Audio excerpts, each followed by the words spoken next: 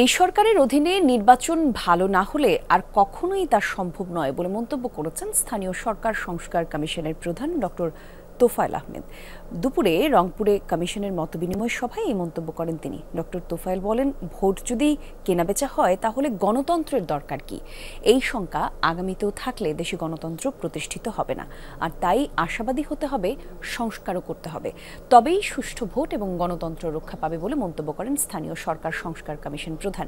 এ সময় প্রশাসনের ঊর্ধ্বতন কর্মকর্তারা ছাড়াও বিভিন্ন শ্রেণী পেশার মানুষ উপস্থিত ছিলেন।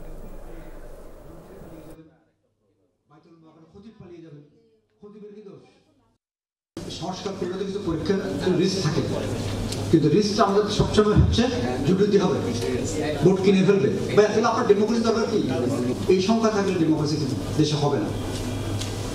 যারা ইলেকশন করবেন, যারা রাজনীতি করবেন, তাদেরকে সৎ হওয়া লাগবে, তার নিজের প্রতি, সমাজের প্রতি, দেশের প্রতি।